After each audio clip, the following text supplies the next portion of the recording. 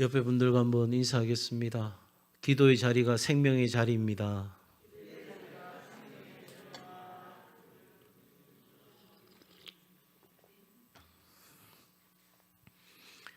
기도가 생명까지. 우리의 영이 죽으면 살아도 산 게 아니죠. 그 영이 살아 숨쉬는데 기도가 하늘의 신령한 능력을 공급받는 가장 중요한 통로입니다. 기도한다는 것이 때로는 참 지치고 쉽지 않을 수 있습니다. 그럼에도 우리가 함께 모여서 서로 힘을 내어서 내가 기도하다가 조금 지치면 옆에서 또 뜨겁게 기도하고 또 그 지체가 또 지치면 내가 또 뜨겁게 기도하면서 우리가 이렇게 기도의 불씨를 꺼트리지 않는 게 너무너무 중요하다 하는 것을 꼭 기억해 주시면 좋겠습니다. 수요 성령 기도를 위한 중보 기도회가 6시 반부터 있는데 제가 목양실에서 말씀 준비하고 다시 한번 점검하고 이러는 중에 몇 분이 와 계시는지 모르지만 기도하고 있는 분들이 있어서 얼마나 든든하고 정말 하나님이 이 기도회를 통해서 놀라운 일을 행하시겠다 그런 믿음을 가지고 기도에 임합니다. 여러분 함께 이 수요 성령 기도회를 사랑하고 또 섬기고 여러분이 더 귀한 자리로 만들어 가주시면 좋겠습니다. 우리 마음속에서 이렇게 한번 외쳐본 적이 있으십니까? 하나님, 지금 이대로는 안 됩니다. 지금 내 모습이 이대로는 안 되겠습니다. 하나님, 내 영혼이 너무나도 메말라 가고 있습니다. 나의 인생의 밭이 너무나 황무합니다. 더 이상 아무런 결실을 낼 수 있는 그런 밭이 아닙니다. 하나님, 제 삶이 회복되기 원하고요. 이 땅의 교회들이 깨어나길 원합니다. 여러분 안에 혹 이런 소구름의 외침이 있었던 적이 있으십니까? 이 외침은 내 영혼이 살기 원하는 우리의 절규인 거죠. 내가 여전히 하나님 앞에 영적 침체 가운데 있는데도 불구하고 내 안에 이런 어떤 내면에서의 강렬한 외침이 일어나지 않는다면 나는 완전히 지금 내 원수에게 밟히고 꼼짝달싹 못하도록 나를 묶어놓는 이 영적인 공격 앞에 속수무책으로 당하고 있다고 생각하시면 틀림없습니다. 하나님의 사람은 그러한 상황을 견딜 수가 없어요. 때로는 우리 육체적인 연약함이나 상황 때문에 너무 지쳐서 더 이상 아무것도 생각할 수 없는 순간이 찾아오는데 하나님의 사람은 그 순간 잠깐은 그럴 수 있으나 곧 그 순간이 지나고 나는 때에 그 내면 안에는 이 강렬한 울부짖음이 있을 수밖에 없는 거예요. 왜냐하면 내가 하나님과 연결되어져야 사니까요. 아까 인사 나누라고 했을 때 기도는 생명이라고 했잖아요. 이 생명줄이 연결되어야 내가 호흡을 하고 내가 오늘을 살아갈 힘을 얻고 내가 필요한 것들을 하나님으로부터 공급받고 살아가는데 이게 다 끊긴 것 같은 상황 속에서 내가 전혀 불편함이 없다고 생각한다면 내가 진짜 하나님의 사람인가 되물어 봐야 되는 거죠. 성경 속의 위대한 역사를 보면 하나님의 백성들은 깊은 위기와 침체 속에서 한 가지 강렬하게 원했던 것이 있습니다. 그건 바로 부흥을 원했습니다. 하나님, 우리가 부흥을 원합니다. 하나님, 내가 주의 그 놀라운 부흥을 경험하기를 원합니다. 하나님, 우리에게, 우리 공동체에 부흥을 주옵소서. 오늘 본문의 하박국 선지자는 이스라엘의 이 암울하고 절망적인 상황 속에서 좀 더 정확하게 이야기하면 남유다죠. 이스라엘이 두 쪽이 났어요. 북이스라엘과 남유다로. 그런 지금 하박국 선지자는 남유다를 놓고 기도하고 있는 거예요. 여호와여, 내가 주께 대한 소문을 듣고 놀랐나이다. 여호와여, 주는 주의 일을 이 수는 내에 부응하게 하옵소서. 그냥 듣기에는 하박국이 공동체의 부흥을 원해서 기도했구나. 그래서 이 구절을 참 많이들 활용하고 이해하시는데 사실은 이 말씀 속에는요, 우리가 생각하는 단편적인 어떤 부흥의 모습과는 전혀 다른 모습이, 이 하박국의 기도가 우리가 함부로 우리의 기도에 얹혀서 할 만한 기도가 못 돼요. 왜냐? 여호와여, 내가 주께 대한 소문을 들었어요. 무슨 소문이냐면 남유다 이스라엘 백성을 여호야김을 그것도 가장 악한 바벨론으로부터 완전히 짓밟히게 해서 멸망시키겠다는 거예요. 그것도 이 하박국과 이스라엘 남유다의 사람들이 살아생전에 그런 일을 하나님이 하시겠다는 거예요. 이거는요, 한마디로 미치고 발작 될 일이에요. 이게 뭐냐고, 이게. 우리는 하나님의 백성이고 하나님을 모르는 저런 인간들로 하여금 나를 그렇게 고통 속에 있게 한다? 이럴 수 있습니까? 충분히 항변할 만한 내용이에요. 하박국도 처음에 받아들인 게 아니에요. 놀랐다는 거예요. 그냥 아이고 머니나 이렇게 놀란 게 아니라 이거는 진짜 자빠질 지경인 거예요. 이런 일은 있을 수가 없어요. 그런데 하나님이 그렇게 하시겠다는 거예요. 그게 주의 일이라는 거예요. 그런데 하박국은 이 3장에 와서 비로소 깨닫게 됩니다. 아하, 이 주의 일이 일어나야 되는 거구나. 그러니까 이 바벨론으로 말미암아 내 나라 내 민족이 완전히 박살이 나는 멸망당하는 일이 일어나야 되는 거구나. 왜냐하면 하나님의 마음은 이 이스라엘 백성들이 멸망당해서 완전히 사라지는 것, 그걸 원하는 것이 아니라 하나님의 궁극적인 마음은 이 이스라엘 백성이 하나님께로 뭐 하는 거? 돌아오기를 원하시는 거예요. 그래서 하박국이 뭐라고 이야기합니까? 진노 중에라도 긍휼을 잊지 말아 달라는 거예요. 거기에 힌트가 있는 거예요. 그러니까 주의 일은 우리가 생각하는 교회를 잘 되게 하고 교회 사람들이 많이 모이게 하고 교회 재정이 늘어나게 하고 그래서 사람들이 흠모할 만한 그런 아름다운 건물을 짓고 그리고 정말 멋진 오케스트라가 있고 그런 찬양단이 있고 그런 것들을 지금 하박국이 이야기하는 게 아니에요. 무슨 말이에요? 하나님, 나로 하여금 망하게 해 주십시오. 오늘 이 밤에 그렇게 기도하려고 작정하고 오신 분 계셔요? 하나님, 내가 진짜 망하기를 원합니다. 완전히 망하기를 원합니다. 여러분, 이 자리에 있는 누구라도 그런 기도는 하지 않을 거예요. 그런데 지금 하박국은 주의 일을 하십시오. 다만 그러한 진노 중에 주의 일을 하시는 중에라도 제발 긍휼을 베풀어 주십시오. 우리는 그러한 긍휼을 받을 만한 자격이 1도 없지만 하나님 그래도 하나님의 인자하심과 하나님의 사랑에 근거하여서 이 민족을 긍휼히 여겨달라고 기도하는 거예요. 왜 하박국이 이럴 수 있는가? 여러분 생각해 보세요. 그 유다 백성의 입장에서 보면 하박국이 그런 기도했다면 얼마나 열받겠어요. 네가 선지자야? 네가 우리를 대표하는 선지자야? 막 손가락질하고 욕을 하고 돌을 던지고 그러지 않겠어요?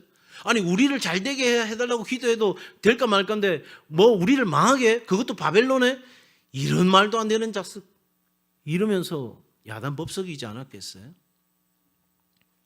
그런데 하박국이 이렇게 기도할 수 있었던 건 뭐냐면 이렇게 완전히 멸망당함으로써 그 일을 통하여 하나님 앞에 정결해질 수 있다는 거예요. 거룩해질 수 있다는 거예요. 그렇게 되면 부흥이 찾아오는 거예요. 부흥은 다시 산다는 거예요. 생명이 다시 살아난다는 거예요. 리바이벌이라는 건 바로 그런 역사가 일어나는 거예요. 그렇게 되기 위해서는 뭐부터 일어나야 되냐면 죽는 일부터 있어야 돼요. 여전히 내가 살아가지고는 부흥이라는 건 있을 수가 없는 거예요. 여러분 하나님의 은혜를 사모하시죠? 여러분의 삶의 가정의 일터에 주의 몸된 교회에 부흥이 임하기를 원하시죠? 여러분 그렇다면 내가 철저히 죽는 일부터 일어나야 이 부흥은 일어나는 거예요. 그러니까 지금 하박국 선지자는 우리로 하여금 좀 잘 되게 해주세요. 번영하게 해주세요. 잘 먹고 살 수 있도록 그렇게 우리에게 부흥을 주세요. 그렇게 기도하는 게 아니라 하나님, 이 민족이 하나님의 영광을 잃어버렸습니다. 하나님의 하나님 되심을 잃어버렸습니다. 참으로 너무나도 어처구니 없는 이 모습 속에 우리가 살아갑니다. 이러한 더러운 모든 것들과 하나님으로부터 오지 않은 것들이 우리의 공동체 안에서 깨끗하게 제거되게 도와주시고 하나님의 영광이 다시 우리 가운데 역사하는 그날을 허락해 주십시오. 사랑하는 여러분, 그러므로 여러분 이 부흥은 단순히 숫자가 늘어나거나 외형적으로 번성하는 것이 아니라 부흥은 영적 각성이 일어나는 거예요. 그리고 하나님과의 관계가 깊어지는 거예요.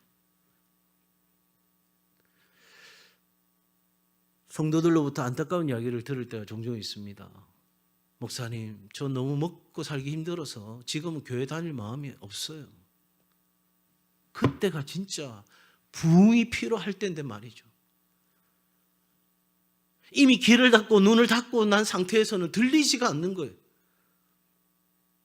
그냥 하나님 앞에 엎드리자 하는 이야기가 팔자 좋은 사람의 이야기처럼 밖에는 들리지 않는 그 상황, 그게 아닌 거예요. 내 안에 움켜잡았던 것들을 놓아야 그 빈손에 하나님의 것이 주어지는 건데, 우리는 여전히 내 것을 쥐고 아둥바둥 그렇게 살려고 몸부림치는 거죠. 복음주의 신학자인 제임스 패커라는 분이 하나님을 아는 지식, 성령을 아는 지식, 이런 좋은 책을 썼는데요.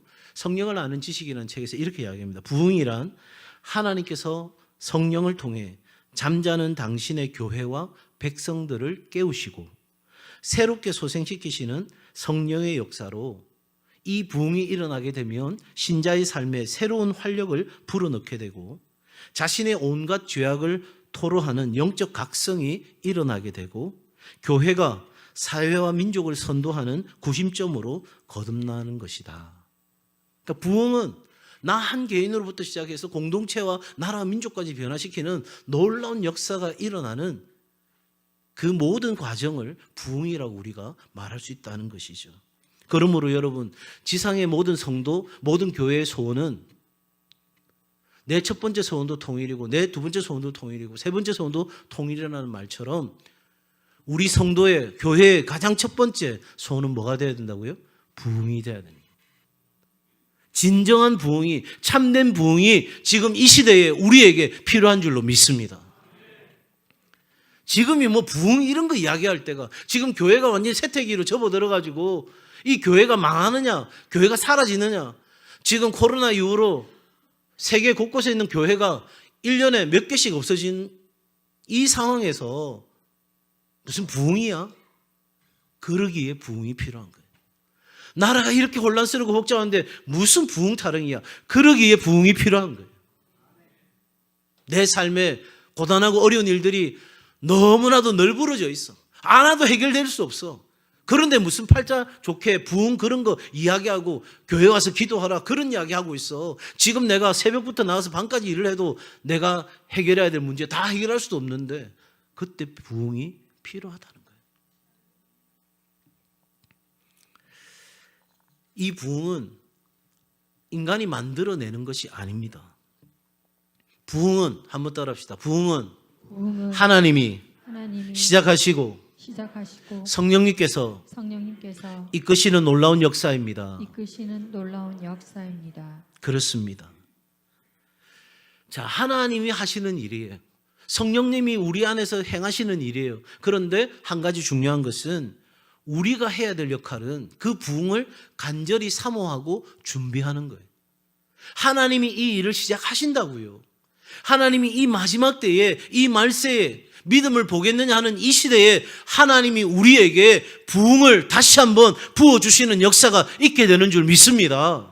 우리 개인이나 가정이나 공동체가 그 하나님의 부흥을 담아낼 수 있는 준비가 안 된다면 우리는 그냥 구경만 하고 있는, 그냥 발 동동 구르면서 우리는 왜 저렇게 안 되나 그렇게 생각합니다. 사랑하는 여러분, 하나님께서 우리로 하여금 이 부흥을 간절히 기대하고 소망하게 하실 때에 이 부흥이 왜 필요한지, 부흥은 어떻게 일어나는 것인지, 그리고 부흥의 결과가 무엇인지 이 저녁 시간에 잠깐 살펴보겠습니다.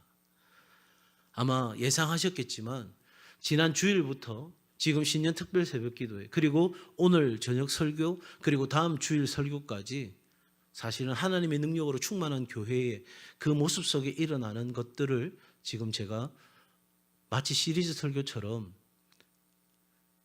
위기라는 삶의 상황에서 어떻게 우리가 반응할 것인가, 이 모든 일을 성령께서 주도해 가실 때 성령은 우리 가운데 임재와 능력과 열매와 은사와 그리고 인도하심과 충만하심으로 우리 가운데 역사하시는 것에 대해서, 그리고 마지막 그러한 성령으로 충만한 삶, 이 위기 시대에 어떤 사람이 필요한지를 주일날 말씀을 마무리하면서 이 신년의 가장 중요한 주제들을 제가 정리하려고 합니다.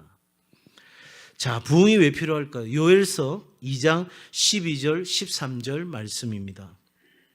여호와의 말씀에 너희는 이제라도 금식하고 울며 애통하고 마음을 다하여 내게로 돌아오라 하셨나니 너희는 옷을 찢지 말고 마음을 찢고 너희 하나님 여호와께로 돌아올지어다. 그는 은혜로우시며 자비로우시며 노하기를 더디하시며 인애가 크시사 뜻을 돌이켜 재앙을 내리지 아니하시나니. 하나님은 이제라도 지금이라도 금식하며 울며 애통하고 마음을 다하여 하나님께로 돌아오라고 말씀하십니다. 언제요? 지금요. 이 순간에. 망했습니까? 하는 일마다 안 됩니까? 내 마음의 삶이 너무나도 공허합니까? 내 인생의 밭이 아무런 열매도 없는 황무한 길을 걷고 계십니까? 바로 그때 누구에게로 돌아오라고요? 누구에게로 돌아오라고요? 하나님께로 돌아오라고요.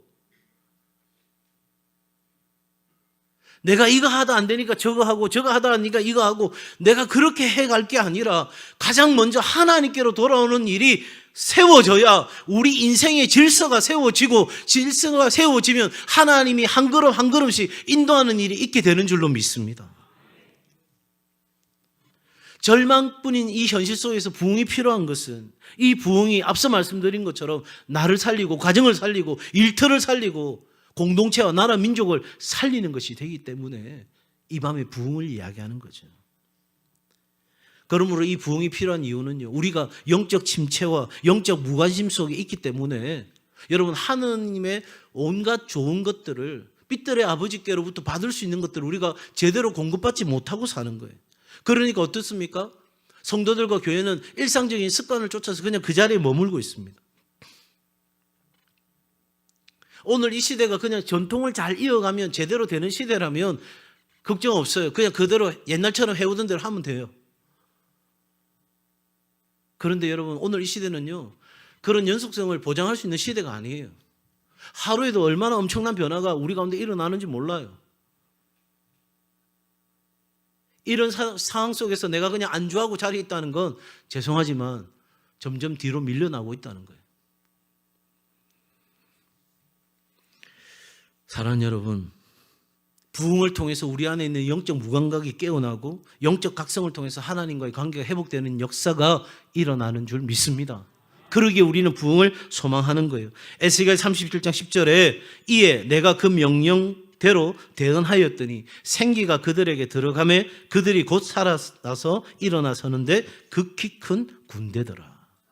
그러니까 부흥이 우리 가운데 임하시면, 부흥이 우리 가운데 일어나면 죽은 사람이 다시 사는 것 같은, 그래서 정말 무기력했던 사람들이, 아무것도 할 수 없던 사람들이 하나님의 군대가 되어서 일어나는 멋진 일들이 일어나는 거죠. 부흥이 필요한 이유는 잃어버린 세상에 대한 영향력을 회복하기 위해서입니다. 예수님께서는 우리에게 명하신 것이 있어요. 너희는 소금과 빛이 되라고 말씀하셨어요. 되어 주었으면 좋겠다가 아니라 너희들은 빛과 소금이라고 말씀하셨어요.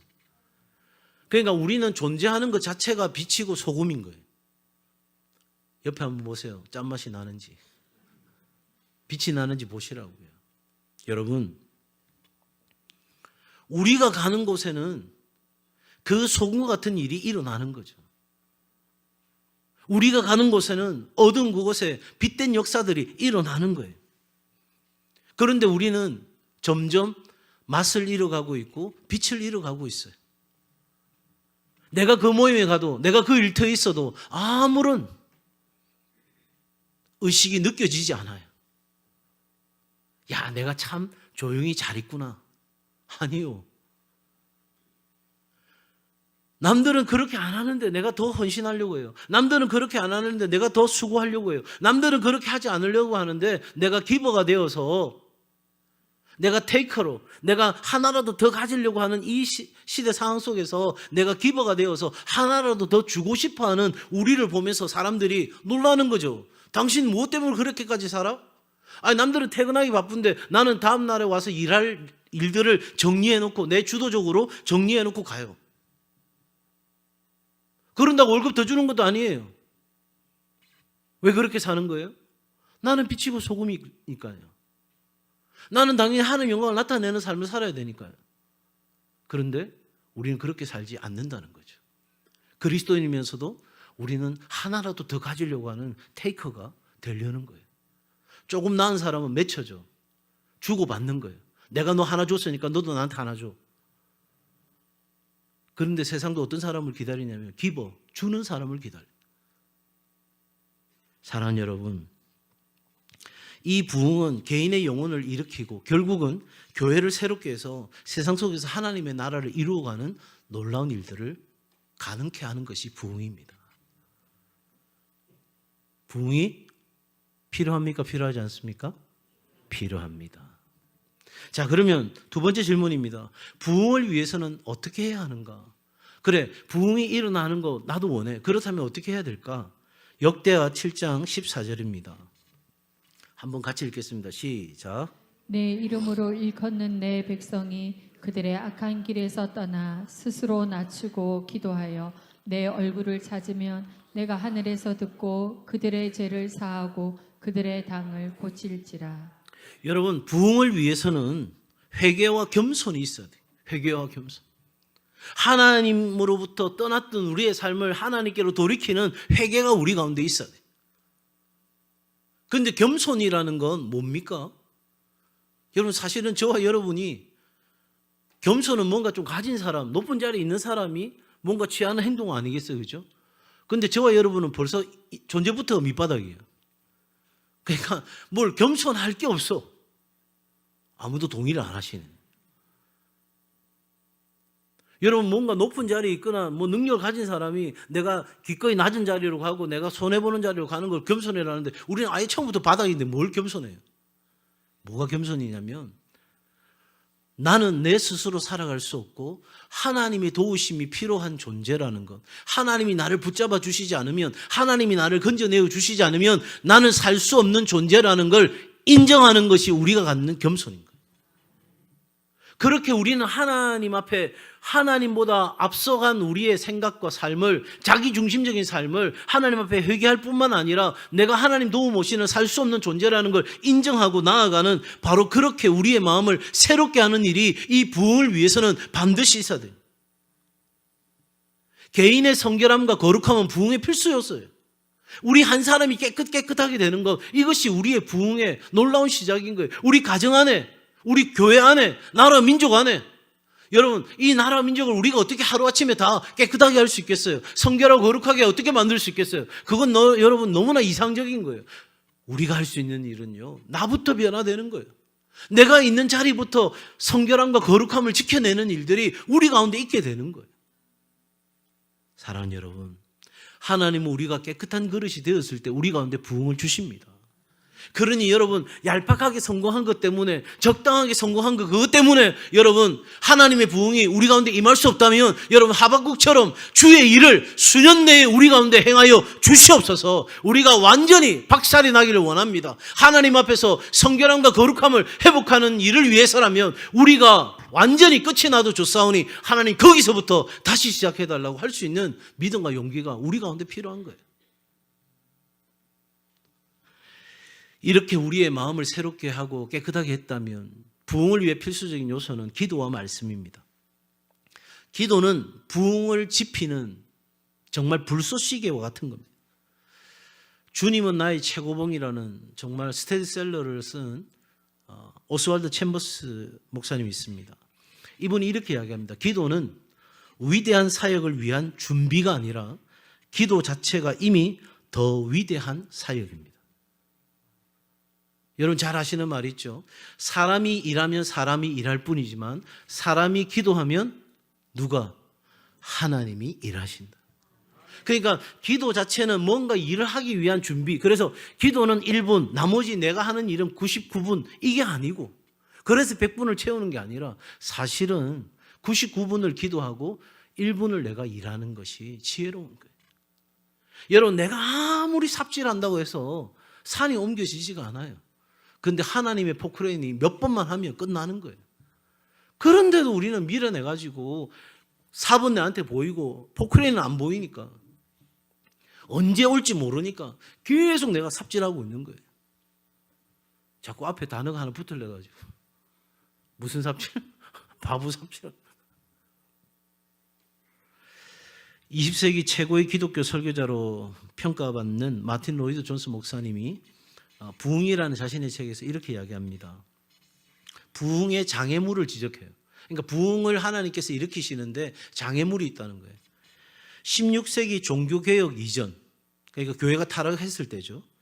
그 다음에 18세기 복음의 대각성, 18세기 미국의 영적 부흥이 일어났을 때거든요. 그 앞선 시기 이전에는 기독교 신앙의 중요한 기본 교리를 설교하지 않았다. 그러니까 복음의 메시지를 전하지 않았다는 거예요. 그냥 사람들 듣기에 좋은 이야기들만 온통 한 거예요. 그리고 사람들은 기본 교리를 믿지 않았다는 거예요. 복음을 믿지 않았어요. 로이드 존스 목사님은 그렇게 말씀하시는 거예요. 본질적인 진리를 부인하거나 무시했을 때 부흥은 일어나지 않았다는 거예요. 하나님의 말씀을 재발견했을 때, 하나님의 말씀이 한 개인에게 찾아와서 그 말씀이 나로 하여금 영적 각성을 일으키고 영적 민감함으로 하나님 앞에 반응하는 일들이 일어나게 했을 때 바로 그 순간에 하나님의 놀라운 부흥이 우리 가운데 임하셨다 하는 것입니다. 기억하십시오. 하나님의 말씀은 우리의 마음을 갈아엎고 기도는 하늘 문을 여는 열쇠입니다. 그리고 우리가 지금 새벽에 나누는 것처럼 부흥을 위해서는 성령의 임재가 있어야 합니다. 앞서 말씀드린 것처럼 인간의 노력으로 되는 문제가 아니기에 성령께서 우리 가운데 임재하셔야 되는 거예요. 그러니까 성령의 임재가 없이는 부흥은 없고 우리의 힘만으로는 한계를 넘어설 수가 없어요. 그러므로 여러분, 회개와 기도, 말씀과 그 말씀의 진리대로 살아가는 순종, 그리고 더 나아가서 성령의 임재가 있을 때 우리는 놀라운 부흥을 경험하게 됩니다. 자, 끝으로 이 부흥이 우리 가운데 임할 때 어떤 결과가 일어나는가? 사도행전 2장 47절입니다. 같이 읽겠습니다. 시작. 하나님을 찬미하며 또 온 백성에게 칭송을 받으니 주께서 구원받는 사람을 날마다 더하게 하시니라. 여러분, 부흥은 잃어버린 영혼들을 하나님께로 돌아오게 하는 것입니다. 그러니까 부흥이 일어날 때 영혼 구원의 열매가 맺히는 거예요. 사람들은 겉으로 보기에 좋은 걸 선택하는 그냥 기본적인 성향이죠.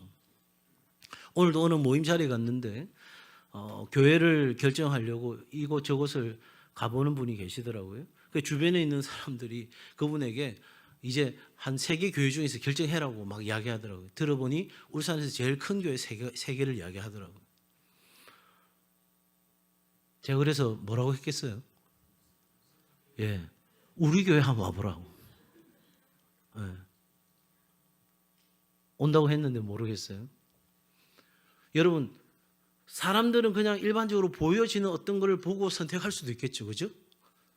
그런데 우리 공간 안에 들어왔는데 하나님이 부흥을 사모하는 사람들이 정말 열정적으로 하나님을 예배하고 하나님을 찾고 하나님 앞에서 성령의 선한 열매를 맺어가는 일들이 우리 가운데 있다면 세상은 우리 안에 와서 놀라지 않겠어요? 이런 교회가 있습니까? 정말 이런 교회, 살아있는 교회가 있습니까? 그렇게 이야기할 수 있지 않을까요? 저는 그런 교회를 꿈꾸는 거예요. 더 나아가서 여러분, 부흥이 일어나게 되면 우리 삶의 변화가 반드시 일어납니다. 내 속 사람이 변해지니까 내 삶의 외적인 상황들도 다 변해지는 거예요. 할렐루야 아줌마가 그냥 나오는 게 아니에요. 죽을 것 같은 상황에서도 할렐루야, 힘든 상황에서도 할렐루야, 짜증나고 어려운 상황에서도 할렐루야, 누가 보더라도 한번 붙어야 되는 상황인데 할렐루야. 여러분, 뭐가 그렇게 만든 거예요? 그분 안에 있는 성령님이 교회 속에서 일하고 계신 거 아니겠어요? 결국 우리는 성화된 삶을 살아가게 되는 겁니다. 마침내 교회는 하나님의 더 큰 역할을 감당할 수 있는 교회로 성장할 뿐만 아니라 사회적인 영향력이 확대되는 거예요. 우리 교회 건강하고 행복한 영향력 있는 사람과 세상을 변화시키는 선교적 교회, 이건 그냥 말뿐인 비전이 아닙니다. 정말 그런 교회가 되기 위해 우리에게는 뭐가 필요해요? 부흥이 필요합니다. 우리 교회 키워보자, 우리 교회 잘 되게 해보자, 그 차원이 아니고 우리가 부흥해야 지역이 살고 나라와 민족과 열방이 삽니다.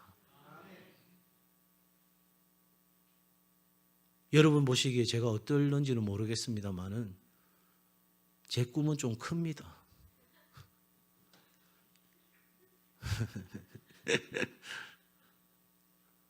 자가 안 믿게나 봐요.